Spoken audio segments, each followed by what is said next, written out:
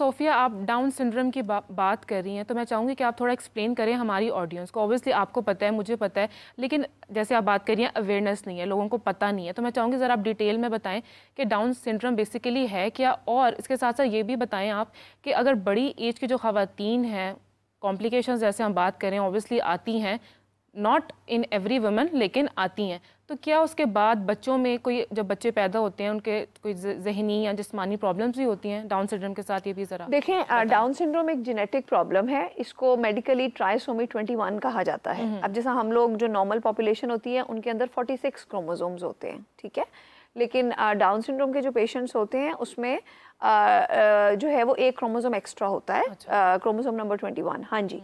सो ये जो बच्चे होते हैं इनका आईक्यू देखा गया है कि इनका आईक्यू नॉर्मल से कम होता है। वैसे ये बच्चे फ्रेंडली और लविंग नेचर के होते हैं, लेकिन इन बच्चों में जो है वो बहुत सारी मेडिकल प्रॉब्लम्स होती हैं। जैसे इन लोगों में हार्ट की एबनॉर्मलिटीज़ होती हैं, इन बच्चों में, इनमें डायबिटीज़ होने का चांस होता है, ओबेसिटी होती है, ओवरवेट होते हैं। नहीं, ऑटिज्म एक बिल्कुल डिफरेंट स्पेक्ट्रम है। ये डाउन सिंड्रोम स्पेसिफिकली एक जेनेटिक प्रॉब्लम है जिसके साथ बच्चे पैदा होते हैं। सो आईक्यू एक तो कम होता है, हाइट कम होती है, ओवरवेट होते हैं ये बच्चे, और इन बच्चों में लाइफ एक्सपेक्टेंसी बहुत कम होती है नॉर्मल से। सो ये बच्चे वो होते हैं जो कि नॉर्मल पॉपुलेशन के साथ पढ़ नहीं सकते, और उनके साथ जो है वो जैसा नॉर्मल लोगों की जो अचीवमेंट्स हैं अमूमन ये बच्चे नहीं कर सकते। तो ये इस तरह के बच्चे की पेरेंटिंग एक बहुत बड़ा चैलेंज होता है। तो इसलिए ये वजह है कि ख़वातीन को पूरी दुनिया में डाउन सिंड्रोम स्क्रीनिंग की ऑप्शन दी जाती है, और उसके ऊपर फिर एक कपल डिसाइड करता है कि वो एक प्रेगनेंसी को टर्मिनेट करे या नहीं। और इसमें जो है मेजॉरिटी कपल्स जो है, जो मैंने अपनी प्रैक्टिस में देखा है ऑनेस्टली, मेजॉरिटी कपल्स टर्मिनेशन का डिसाइड करते हैं। और चंद एक कपल्स मैंने ऑस्ट्रेलिया में ऐसे इनकाउंटर किए थे जो डाउन सिंड्रोम के सारे मसाइल को समझते हुए भी ये बच्चे को पैदा करने में उनका था कि हम विलिंग हैं कि हम पाकिस्तान में डाउन सिंड्रोम। देखें, पाकिस्तान में भी डाउन सिंड्रोम का वही रेट है जो पूरी दुनिया में है। डाउन सिंड्रोम का रेट एज डिपेंडेंट है। सो एज यू एज उसका रिस्क बढ़ता है। जैसे कि मैंने बताया 40 इयर्स में इट इज़ 1% और 40 के बाद it will increase. So as related है इसका, रेशियो इसमें कोई डिफरेंस नहीं है। ट्रेंड भी तो इतना ज्यादा है ना। हाँ जी, इसमें ये नहीं है कि पाकिस्तान में ज्यादा है या वेस्टर्न वर्ल्ड में ज्यादा है। ये दुनिया में डाउन सिंड्रोम का रिस्क है जो कि औरत की स्पेसिफिकली एज रिलेटेड है।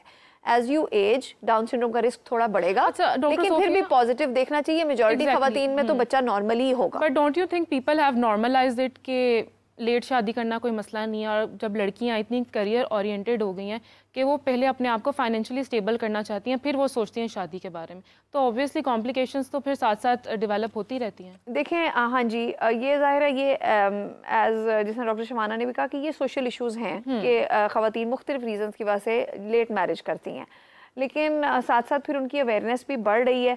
सो फिर वो इन चैलेंजेस को भी उनको अंडरस्टैंड करना चाहिए कि अगर वो लेट मैरिज करती हैं तो उसकी क्या इम्प्लीकेशंस होंगी।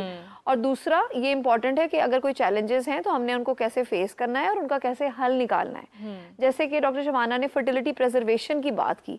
देखिए, ये बड़ा इंपॉर्टेंट एक चीज़ है। आजकल हम एक्ट्रेसेस को देखते हैं, सेलिब्रिटीज़ को देखते हैं, वो जो बहुत लेटर एज पे बच्चे पैदा करते हैं। तो ये देखा जाए तो इन्फ्लुएंसर्स होते हैं ना, ये लोग जनरल पॉपुलेशन को इन्फ्लुएंस करते हैं। सो इनमें आप लोग इस बात को समझें कि इसमें बहुत स्पेसिफिक ये जो सेलिब्रिटीज़ हैं इनमें बहुत मेजर प्रोपोर्शन होती है जो अपने यंग एज में अपने एग्स फ्रीज कराते हैं। अगर आप लोग इनको फॉलो करें और आप इनके ब्लॉग्स वगैरह देखें तो इसमें ये बताएंगे कि हमने रिलेटिवली यंग एज पे अपने एग्स फ्रीज कराए, और उस हिसाब से जब हमने डिसाइड किया कि ये पार्टनर है, इनके साथ हमने शादी करनी है, इनके साथ हमने बच्चे करने हैं, तो उस हिसाब से फिर अपनी फर्टिलिटी को आगे लेके चले। सो वो ख़वातीन जो 40s में प्रेगनेंसी प्लान करती हैं, अमूमन फिर वो 30s में जाके IVF क्लिनिक में, फर्टिलिटी क्लिनिक में अपने एग्स फ्रीज कराती हैं, ताकि वो उस एज में प्रेगनेंसी अगर जब चाहें तो वो प्लान हो भी जाए। अच्छा, हमारी मीडिया इंडस्ट्री में भी ऐसी बहुत सारी एग्जांपल्स हैं। जैसे हमारी अभी की बात करें तो उन्होंने भी लेट 30s में ही शादी की थी, और मतलब लाइफस्टाइल आप अपना उसके अकॉर्डिंगली आप अरेंज कर लेते हैं लाइफस्टाइल। अगर हम रानी मुखर्जी की बात करें, उन्होंने तो ऑन स्क्रीन बताया था कि मैंने लेट मैरिज की, इसकी वजह से मेरी प्रेगनेंसी में कॉम्प्लिकेशंस आई। तो obviously this is normal. I think आपको अपनी एज के अकॉर्डिंगली ही अपना लाइफस्टाइल प्लान करना चाहिए।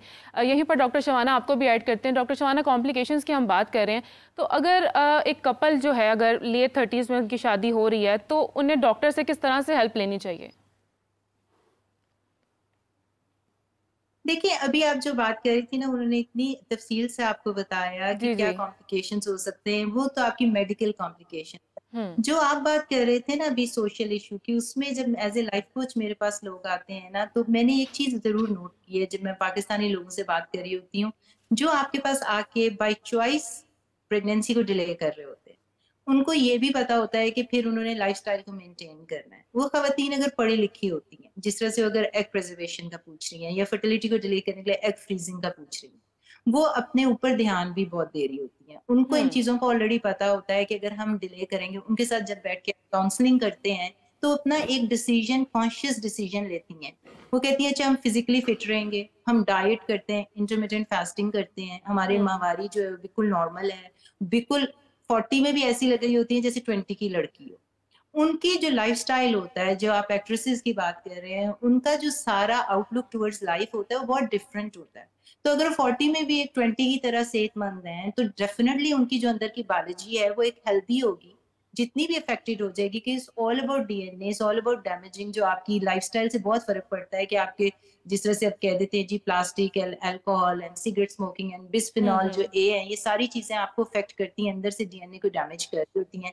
तो जब आपका लाइफस्टाइल वो बेहतर होगा तो आप डिसीजन भी वैसे ही लेंगे। जिन लोगों की आप बात कर रहे हैं ना, वो बाय चॉइस तो शादी डिले नहीं कर रहे ना, वो उनका मकसद ये होता है कि उनकी अगर एजुकेशन इतनी ज्यादा नहीं है, वुमेन एम्पावरमेंट या अपनी करियर की वजह से डिले नहीं कर रहे, उनकी तो बाय द वे डिले हो रही है, कोई अच्छा रिश्ता नहीं मिल रहा, अच्छे लड़कों की कमी है। और फिर जब उनकी शादियां हो जाती हैं, कोई मेडिकल इश्यूज चल रहे होते हैं, कोई पीसीओएस चल रहा होता है, उनका वेट जो होता है ओबेसिटी की तरफ होता है, कोई और बीमारी होती है, तो उसकी वजह से उनका तो मकसद होता है कि इन-लॉज का प्रेशर होता है बहुत ज्यादा कि अभी बच्चा पैदा करो।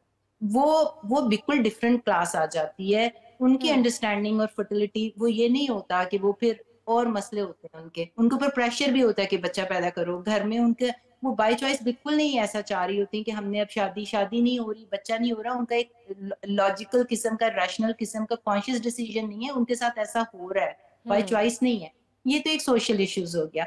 अगर अब कॉम्प्लिकेशंस जिस तरह से वो बता रही थी, बिल्कुल सही कह रही है कि हमारे यहाँ जो है अमेरिका में, हम भी वैसे ये ऑप्शनल है कि हम देते हैं डाउन सिंड्रोम, लेकिन 99.9% वो डिग्री कि हमने ये टेस्टिंग करवानी है। और 10 वीक्स अभी कुछ भी नहीं होता। 10 वीक्स ये प्रेगनेंसी की जो टेस्टिंग होती है डाउन सिंड्रोम की, उसी वक्त कर दी जाती है और बहुत अर्ली कर ली जाती है, जो 99.9% इफेक्टिव होती है।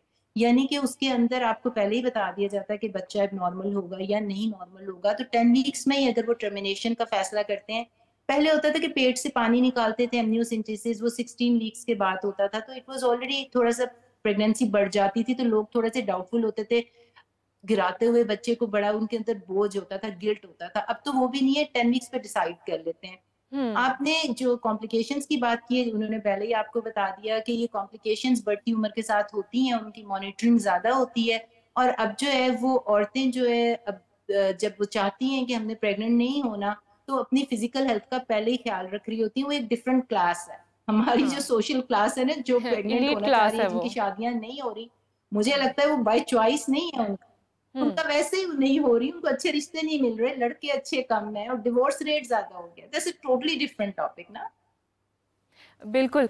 डॉक्टर सोफिया, डाउन सिंड्रोम की आपने बात की थी, तो लाइफस्टाइल को कैसे मेंटेन करना चाहिए if women is in her late 30s, तो कैसे इसको अवॉइड किया जा सकता है पहले से ही? देखिए, इसमें जो सबसे अहम चीज़ है ना राबिया, वो होता है एक औरत का वेट। ठीक है, एक औरत का जो BMI हम कहते हैं, जो कि हाइट और वेट की रेशियो के हिसाब से निकाला जाता है।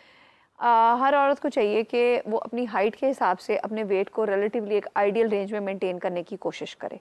ये बात मैं रोज़ अपने क्लिनिक में देखती हूँ कि मेजॉरिटी ख़वातीन जिनको प्रेगनेंसी होने में दुश्वारी पेश आती है, वो ख़वातीन ओवरवेट होती हैं। आजकल जो मैं क्लिनिक में ऑनेस्टली पेशेंट देखती हूँ, एक एवरेज वेट, अक्सर हम लोग बात करते हैं 70, 80, 85 kg एक एवरेज औरत का वेट है पाकिस्तान में। और एक एवरेज औरत की हाइट होगी बिटवीन 5 फीट 2 इंचेस से 5 फीट 4 इंचेस तक। हाँ जी, तो हम एक बहुत टॉल रेस नहीं है, उस हिसाब से मेजॉरिटी खवातीन जो हैं वो ओवरवेट हैं। और अगर आप अपने वेट को एक अच्छे रेंज में, एक हेल्दी रेंज में मेंटेन करें, और अपना जो BMI है, बॉडी मास इंडेक्स, वो 18 और 25 के दरमियान में अगर आप इसको मेंटेन करें, यानी कि आपका वेट होना चाहिए starting from about 55 kgs to 65 kgs, और अगर आप बहुत टॉल हैं तो चलें 65 टू 70 kgs। लेकिन मेजॉरिटी खवातीन इस रेंज को मीट नहीं करती। और लेट 30s में भी वेट लॉस करना बहुत मुश्किल हो जाता है। हाँ, even if you are pregnant, और प्रेगनेंसी के बाद, डिलीवरी के बाद तो और भी बहुत मुश्किल है। तो डाइट कैसी फॉलो करनी चाहिए? देखिए, इसमें एज के साथ साथ ना इंसान का मेटाबॉलिज्म स्लो होता है। अंडर 30 में वेट लॉस करना डाइट कंट्रोल और एक्सरसाइज से इट इज़ रिलेटिवली ईजी। लेकिन 30 के बाद, 35 के बाद और 40 के बाद मज़ीद जो है ना इंसान का मेटाबॉलिज्म स्लो होता जाएगा। तो उस हिसाब से आजकल जो है इंटरमिटेंट फास्टिंग है, कार्बोहाइड्रेट कंट्रोल, मुख्तलिफ ऑप्शंस होती हैं, और साथ रेगुलर एक्सरसाइज। देखें, खाली alone exercise will not do anything for weight loss unless and until you complement it with diet control. So एक हेल्दी लाइफस्टाइल जो है ना, that is very very important. और मेजॉरिटी ख़वातीन जो एक हेल्दी रेंज में अपना वेट मेंटेन करेंगी, उनके पीरियड साइकिल्स रेगुलर होंगे और उनको यूजुअली जो है ना वो कम से कम इश्यूज़ जो है वो फेस करेंगे। आजकल हमारी डाइट के अंदर जंक फूड बहुत ज़्यादा है, प्रोसेस्ड फूड बहुत ज़्यादा है। सो जिस तरह हमारे जो पाकिस्तान में चिकन अवेलेबल है उसके अंदर हार्मोन्स बहुत ज़्यादा हैं, जिसकी वजह से ख़वातीन के चेहरे पे गैर ज़रूरी बाल आना शुरू हो जाते हैं। सो ये जो चिकन है, जो पोल्ट्री का इस्तेमाल बहुत ज़्यादा है, और जंक फूड जिस तरह ये हम लोग फास्ट फूड चेन्स हैं जिनके बहुत खाने खाते हैं, मैं नाम नहीं लूँगी, लेकिन ये चीज़ें जो हैं हमारे बहुत हमारी हेल्थ के लिए, हमारी लाइफ के लिए इन जनरल, हमारी हेल्थ के लिए भी बहुत अनहेल्दी हैं, और वो ख़वातीन के लिए स्पेसिफिकली भी बहुत अनहेल्दी हैं जो कि प्रेगनेंसी प्लान कर रही होती हैं। उसके अलावा फिर इस एज ग्रुप में as you age blood pressure और डायबिटीज़ का भी मसला हमारी रेस में साउथ ईस्ट एशियन पॉपुलेशन में हम लोग बहुत ज़्यादा देखते हैं।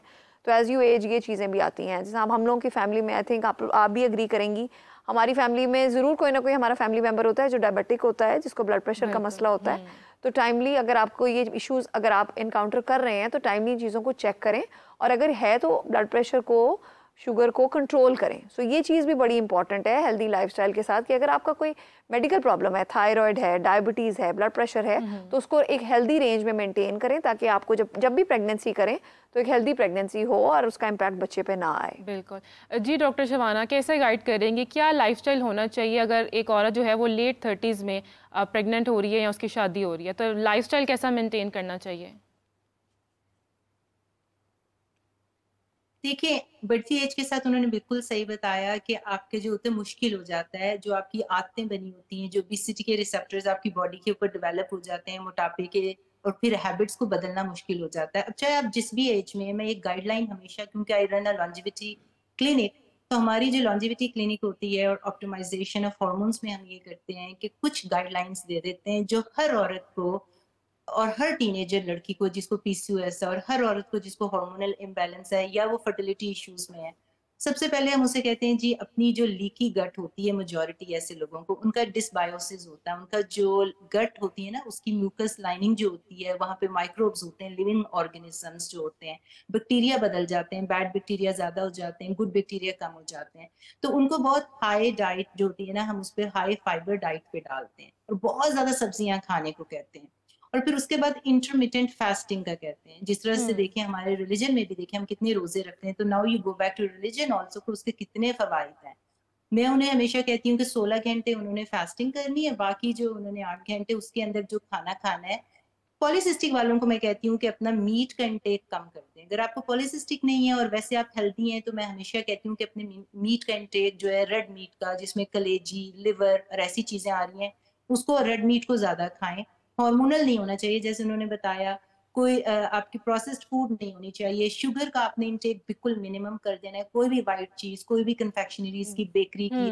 और ये बीपीए, आजकल तो साइंस ने भी दिखाया है कि बीपीए बिस्फेनॉल ए जो होता है, प्लास्टिक की बोतल, प्लास्टिक के कंटेनर, प्लास्टिक की हर चीज, टॉक्सिन, केमिकल्स, इवन जो लड़कियां बर्थ कंट्रोल पिल्स ले रही होती हैं उसके अंदर केमिकल होता है एथिनल एस्ट्राडायोल, जो कि एक एंडोक्राइन डिसरप्टर है, उससे भी कर देते हैं। अगर वो वेट कम करना चाह रही है, मेटफॉर्मिन हम देते हैं, जिस तरह से पीसीओएस के पेशेंट को मैं उसको रिप्लेस कर देती हूँ मायोइनिस्टॉल के साथ। ये नेचुरल हर्बल सप्लीमेंट्स होते हैं, सॉरी, उसको मैं रिप्लेस करती हूँ बर्बरीन के साथ, जो कि 4 महीने का कोर्स देते हैं। साथ मायोइनिस्टॉल के सप्लीमेंट्स होते हैं जो हम ऐड करते हैं। तमाम खवातीन को मैं कहती हूँ कि सप्लीमेंट जरूर लें, विटामिन D3 चेक कर लें अपना, सनलाइट के अंदर जाएं, वहां से उनको मिलता है, और अगर कमी है तो फिर आप सप्लीमेंट लें। ओमेगा 3 के टर्मरिक कैप्सूल्स, इसके साथ जो है ना, आपने ओमेगा 3 बहुत जरूरी होता है, आप फिश से भी हासिल कर सकते हैं। इसके अंदर ओमेगा 3 के अंदर फैटी एसिड्स होते हैं एसेंशियल, जो कि बहुत हेल्प करते हैं आपकी ब्रेन की हेल्थ के लिए भी।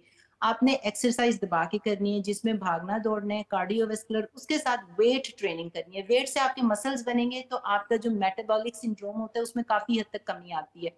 स्लीप का साइकिल और स्ट्रेस खत्म करना है मेडिटेशन से, या जिस तरह से भी आप करना चाहते हैं, विद गुड हैबिट्स। और आपने जो स्लीप है ना, आपने बहुत टाइम पे सोना है, अपने लाइफ को ऑर्गेनाइज करना है। सर्कैडियन रिदम जब आपका सही होगा, आप जिस तरह से फोन खोल के बैठ जाते हैं, ब्लू लाइट से आपका मेलाटोनिन कम होता है, आपको नींद नहीं आती, सुबह फिर आप लेट उठते हैं। तो ऐसे तमाम खवातीन को मैं कहती हूँ कि लाइफस्टाइल इज द जो होती है ना, lifestyle management is the key to success. आपके फर्टिलिटी इश्यूज खत्म हो जाएंगे, आपके जो पीरियड इर्रेगुलर है वो खत्म हो जाएंगे, अगर आप इन तमाम चीजों को कंट्रोल करें। बिल्कुल, thank you so much doctor Shabana for shedding light on such an important topic. Thank you so much for joining us. Sophia, post delivery की अगर बात करें तो उसमें किस किस्म के कॉम्प्लिकेशंस आते हैं अगर लेट 30s में एक कपल की शादी हुई है तो एक औरत को? ऑब्वियसली देखिए राबिया, ये पोस्टमार्टम डिप्रेशन जो है ना, एक बहुत अहम इशू है जिसके बारे में बहुत कम हम लोग बात करते हैं। और ये एक ऐसी चीज़ है जिसकी ख़वातीन को अवेयरनेस होनी चाहिए, और जो ख़वातीन बच्चे पैदा कर रही हैं उनकी इमीडिएट फैमिली, उनके हस्बैंड और उनकी इमीडिएट फैमिली को भी इसकी अवेयरनेस होनी चाहिए। देखिए, ये एक ऐसा चैलेंज है जो ख़वातीन अमूमन फेस करती हैं डिलीवरी के बाद। डिप्रेशन जो है उसको कहते हैं पोस्टमार्टम डिप्रेशन। डिलीवरी के बाद फर्स्ट 6 months to 1 year के अंदर ये एक ऐसा फेज़ होता है, हार्मोनल चेंजेस ऐसे आते हैं ख़वातीन की बॉडी में कि इनमें डिप्रेशन होने के चांसेस बहुत ज़्यादा होते हैं। और आम तौर पर हमारी सोसाइटी में इन चीज़ों को एक्नॉलेज नहीं किया जाता कि ये एक प्रॉब्लम है। और ये एक बहुत इंपॉर्टेंट वजह होती है कि ख़वातीन खुद भी इस बारे को, इस मसले को जो है ना वो एडमिट करने से बहुत घबराती हैं। और मैं एज अ डॉक्टर हमेशा अपने पेशेंट्स को कहती हूँ कि अगर आपको कुछ प्रॉब्लम फील हो रही है ना, तो इसमें ये मत समझे कि आपका कसूर है, क्योंकि इर्द गिर्द में हर बंदा उनको यही बताता है कि हमने भी तो इतने बच्चे पैदा किए थे, हमें तो कुछ मसला नहीं हुआ, और ये ऐसा क्यों कर रही हैं, लाइक यू नो, ऐसा करके ख़वातीन को क्रिटिसाइज़ किया जाता है। इस एज ग्रुप में ख़ुसूसन अगर हम लोग 30-35 की बात करें तो इस एज ग्रुप में पोस्टमार्टम डिप्रेशन भी ज़्यादा देखा जाता है। और ये ख़वातीन को समझना चाहिए कि अगर आप डिप्रेस फील कर रहे हैं, अगर आपका मूड लो है, आपको नींद आने में मसला होता है, अगर आपका रोने को दिल करता है, अगर आपके अंदर सुसाइडल टेंडेंसी है, इन ख़वातीन में कई दफ़ा पोस्टमार्टम डिप्रेशन इतना सवेयर हो जाता है कि उनको फिर हेलुसिनेशंस भी होती हैं, पोस्टमार्टम साइकोसिस उसको कहते हैं। वो फॉर्चुनेटली वो एक ऐसा मसला है जो रिलेटिवली कम है, लेकिन अगर ख़वातीन ये मसला फेस कर रही हैं तो उनको चाहिए कि एक अच्छे साइकेट्रिस्ट को दिखाएं, उनकी फैमिली को चाहिए कि उनको सपोर्ट करें। और 35 एज में कोई डिफरेंस है पोस्टमार्टम? देखिए, एज वी एज डिप्रेशन के चांसेस ज़्यादा तो होते हैं। हालांकि जिन ख़वातीन में टेंडेंसी होती है उनमें हम अमूमन देखते हैं कि यंग एज से ये मसला नज़र आना भी शुरू हो जाता है, लेकिन रिलेटिवली इस एज ग्रुप में हम ज़्यादा देखेंगे इस इशू को। हाँ जी, well thank you doctor Sophia. और इसी के साथ यहाँ पर अपना हॉरोस्कोप सेगमेंट ऐड करते हैं। हॉरोस्कोप सेगमेंट में हम ज्वाइन करेंगे सईद अली ज़ंजानी साहब। तो चलिए बढ़ते हैं अपने हॉरोस्कोप सेगमेंट की तरफ।